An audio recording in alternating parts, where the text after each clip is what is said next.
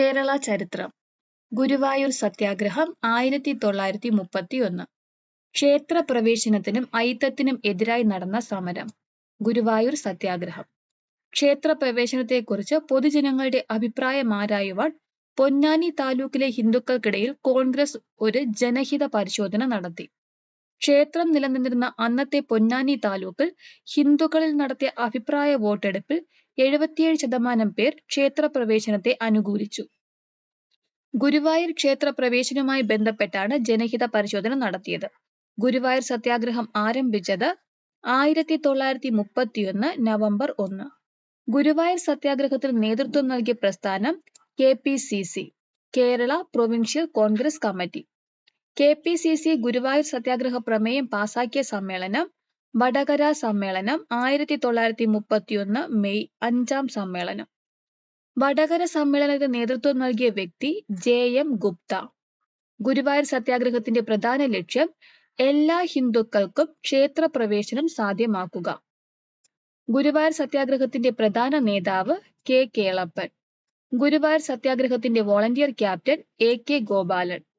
ഗുരുവായൂർ സത്യാഗ്രഹ കമ്മിറ്റിയുടെ പ്രസിഡന്റ് മന്നത്ത് പത്മനാഭൻ. ഗുരുവായൂർ സത്യാഗ്രഹ കമ്മിറ്റിയുടെ secretary K. Kelappan. Guruvayur സത്യാഗ്രഹത്തെ തുടർന്ന് നിരാഹാരം അനുഷ്ഠിച്ച വ്യക്തി K. കേളപ്പൻ. 1932 സെപ്റ്റംബർ 21. ഗാന്ധിജിയുടെ നിർദ്ദേശപ്രകാരം K. കേളപ്പൻ നിരാഹാരം അവസാനിപ്പിച്ചത് 1932 ഒക്ടോബർ 2. ഗുരുവായൂർ സത്യാഗ്രഹത്തിന്റെ ക്ഷേത്രപ്രവേശന ക്യാമ്പയിന്റെ ക്യാപ്റ്റൻ ആയിരുന്നത് സുബ്രഹ്മണ്യൻ തിരുമുമ്പ്. കേരളത്തിന്റെ പാടുന്ന പടവാൾ എന്നറിയപ്പെടുന്നത് സുബ്രഹ്മണ്യൻ തിരുമുമ്പ്. ഗുരുവായൂർ ക്ഷേത്രത്തിൽ മണിമുഴക്കിയ ആദ്യ അബ്രാഹ്മണൻ P. കൃഷ്ണപിള്ള. ഗുരുവായൂർ സത്യാഗ്രഹം ആരംഭിക്കാൻ കാരണമായ KPCCയുടെ സമ്മേളനം നടന്ന സ്ഥലം വടകര. ഗുരുവായൂർ സത്യാഗ്രഹ കാലത്ത് ഗുരുവായൂർ ക്ഷേത്രം നിലനിർന്ന താലൂക്ക് പൊന്നാനി. ഗുരുവായൂർ സത്യാഗ്രഹത്തിന്റെ പ്രധാന നേതാവ് K. കേളപ്പൻ. ശുചീന്ദ്രം സത്യാഗ്രഹത്തിന്റെ പ്രധാന നേതാവ് ME നായിഡു. പാലിയം സത്യാഗ്രഹത്തിന്റെ പ്രധാന നേതാവ് C. കേശവൻ. അമരാവതി സത്യാഗ്രഹത്തിന്റെ പ്രധാന നേതാവ് MK ഗോപാലൻ. യാചനയാത്ര 1931. ദരിദ്ര വിദ്യാർത്ഥികളുടെ പഠന സഹായത്തിനുള്ള ഫണ്ട് സമാഹരിക്കുന്നതിന് വേണ്ടി നടത്തിയ യാത്ര. യാചനയാത്ര. യാചനയാത്ര ആരംഭിച്ചത് 1931. യാചനയാത്രയ്ക്ക് നേതൃത്വം നൽകിയത് VT ഭട്ടതിരിപ്പാട്. തൃശൂർ മുതൽ ചന്ദ്രഗിരി പുഴ വരെ യാചനയാത്ര 7 ദിവസം നീണ്ടുനിന്നു. നിവർത്തന പ്രക്ഷോഭം 1932. ന്യൂനപക്ഷ വിഭാഗങ്ങൾക്ക് സംവരണം ലഭിക്കുന്നതിനായി നടന്ന പ്രക്ഷോഭം. നിവർത്തന പ്രക്ഷോഭം. ഈഴവർക്കും മുസ്ലിങ്ങൾക്കും ക്രിസ്ത്യാനികൾക്കും ജനസംഖ്യാനുപാതികമായി നിയമസഭ പ്രാതിനിധ്യം ലഭിക്കണമെന്ന് ആവശ്യപ്പെട്ടുകൊണ്ടുള്ള പ്രക്ഷോഭം നിവർത്തന പ്രക്ഷോഭം. നിവർത്തന പ്രക്ഷോഭത്തിന് പിന്നിൽ പ്രവർത്തിച്ച സംഘടന സംയുക്ത രാഷ്ട്രീയ സമിതി. ക്രിസ്ത്യൻ, ഈഴവ, മുസ്ലിം സമുദായത്തിലെ പ്രതിനിധികൾ ചേർന്ന് രൂപം നൽകിയ സംയുക്ത രാഷ്ട്രീയ സമിതി നിലവിൽ വന്നത് 1932 ഡിസംബർ 17. തിരുവിതാംകൂർ രാജാവായിരുന്ന ശ്രീ ചിത്തിര തിരുനാളിന് സംയുക്ത രാഷ്ട്രീയ സമിതി മെമ്മോറിയൽ സമർപ്പിച്ചത് 1933. നിവർത്തന പ്രക്ഷോഭത്തിലെ പ്രധാന നേതാക്കന്മാർ NV Joseph, C. Kesavan, TM Varghese, PK Kunju, CV Kunhiraman, Abdurahman Sahib. Nivarthana എന്ന വാക്ക് നിർദ്ദേശിച്ചത് IC ചാക്കോ. നിവർത്തന പ്രക്ഷോഭവുമായി ബന്ധപ്പെട്ട് 1935 കോഴഞ്ചേരി പ്രസംഗം നടത്തിയത് C. Kesavan. Travancore public service commission രൂപം കൊള്ളാൻ കാരണമായ പ്രക്ഷോഭം നിവർത്തന പ്രക്ഷോഭം. ട്രാവൻകൂർ പബ്ലിക് സർവീസ് കമ്മീഷൻ രൂപം കൊണ്ട വർഷം 1936. ട്രാവൻകൂർ പബ്ലിക് സർവീസ് കമ്മീഷന്റെ ആദ്യ chairman GD Knox. Travancore public service commission Kerala public service commission ആയത് 1956. നിവർത്തന പ്രക്ഷോഭത്തിന്റെ ജിഹ്വ എന്നറിയപ്പെട്ട പത്രം കേരള കേസരി. നിവർത്തന പ്രക്ഷോഭത്തിന് ആ പേര് നിർദ്ദേശിച്ച വ്യക്തി IC ചാക്കോ. കേരളത്തിന്റെ ആദ്യ പ്രതിപക്ഷ നേതാവ് PT ചാക്കോ. വൈദ്യുത പ്രക്ഷോഭം 1936. കൊച്ചിയിൽ ഉത്തരവാദ ഭരണത്തിന് വേണ്ടി ആരംഭിച്ച പ്രക്ഷോഭം വൈദ്യുതി പ്രക്ഷോഭം. കൊച്ചിയിലെ ദിവാനായിരുന്ന RK ഷൺമുഖം ചെട്ടി തൃശൂരിൽ വൈദ്യുതി വിതരണത്തിനുള്ള അധികാരം ചന്ദ്രിക എന്ന ഒരു കമ്പനിക്ക് നൽകിയതാണ് വൈദ്യുതി സമരത്തിന് പ്രധാന കാരണം. വൈദ്യുതി പ്രക്ഷോഭം ആരംഭിച്ച വർഷം 1936.